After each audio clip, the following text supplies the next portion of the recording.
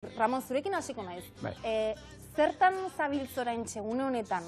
Ni oain, ibili naiz antzerkia bi antzeslanekin, txaloren artea, Joseba Paulaza eta Asier Romazarekin, Bai. eta tantakarekin, Heisenberg izeneko beste antzeslan bat, Naiara Arnedorekin, oso ondo, oso guztua, bitan, badauzkau oaindik batzuk, baina hasi geha beste batekin, urrengo zea, Axut taldearekin ipatatuak. Prestatzen zabiltzate. Simon Fuchs, Manes Fuchs, eta bueno.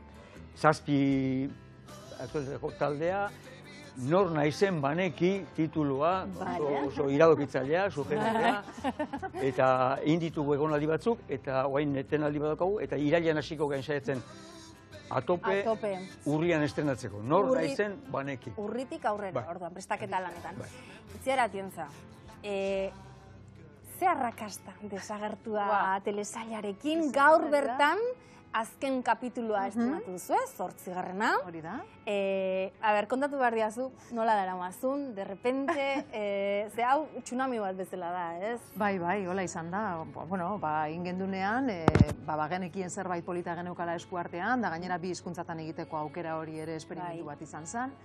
Baina, egia da, jendearen harrera izaten ari dela guretzako oso harrigarria, oso polita, jende asko daukagu engantzatuta, gaur lehenengo kapitulua, zuk esan duzun bezala jarri da primeran, azkenengo kapitulua, eta bueno, nik uste dut seriak oso potente jo duela, baita Netflixen ere, eta oso pozik haude, egia esan da, oso pozik. Beira, ni estrenaldian egon nintzen, bai, antxe... Zein da gaiztu? Niri ez gehiagitira egin, ze oso torpe izaten naiz batzutan, eta bada... Eta egia oso proiektu polita dela, eta ni asko pozten nintzen gehien bat, bueno, ikusi dudalako edo behintzat, ez dakizu ez sensazioa dukiko ezen, baina euskarazko fikzioak oraindik baduela edo martxan jarraitzen duela, eta gero ere bai, asko poztu nintzen, etxeko gaztetxo nintzat ez, behintzat zerbait euskaraz kalitatez, jo, ze ondo ez da? Bai, nik uste dut beste target batera jo dugula oraingoan, ez? Badaude hor guazen irabazi arte eta horiek badauzkate gaztetxoak hartuta ja, ez? Baina honekin lortu duguna da, beste adintarte bat ere gure ganatu, eta eske adin guztietako jendeak esaten digu, ze engantzatuta dagoen seriarekin, ze posik ikusten duten, eta ze gustu ematen duen euskarazko olako produktuak eukitzea, eta iristea beste adin batzuetara. Bai, posik. Hemen juntatu zaituztegu sofa honetan, gehien bat, Ramon, ez zaitez asarretu nirekin, baina bi generazio ezberdinetako aktoreak zaren. Generazio ezberdinetakoak zeatela, biak oso arrakastatxoak. Zu, Ramon, aspaldi hasi zinen, 80ko hamarkadan hasi zinen Euskal Telebistan.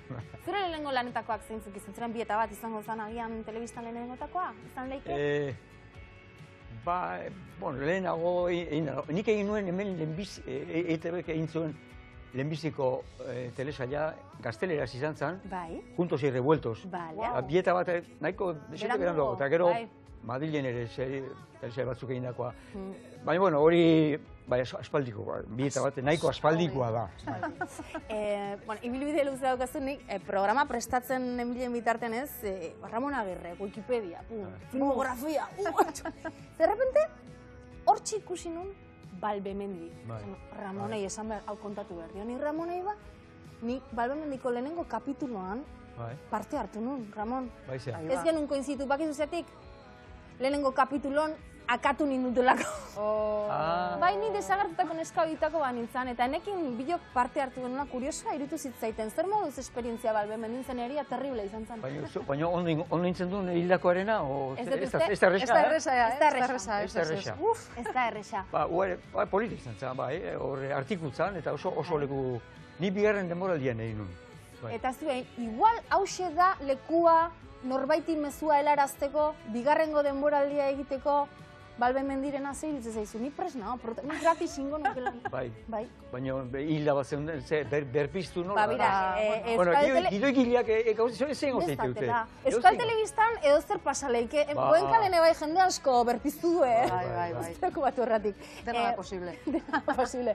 Itziar, guk ez dugu hainbestetan koinzitu, zupai asemanitan ere, esan dezakegu hasitzen una zure ibilbidea igual ez, ezagunena, edo ezagutu ez zintxugun ez da, bai asemanitan. behin konzitu genuen, batzezen zu? Baia Semanitan? Ez, aurkezpen batean da, zu Baia Semanitan hasi berri eta esan zen, Bai. nerea, zurekin askotan nasten naute, Bai, askotan, baina pilo bat bider eta gainera, bai, bestakit, eta orain ere, esaten diate, zuek badukazue antza, Bueno, egunen baten igual aizpena egingo dugu, balbemendin bigarren denboraldian, akaso.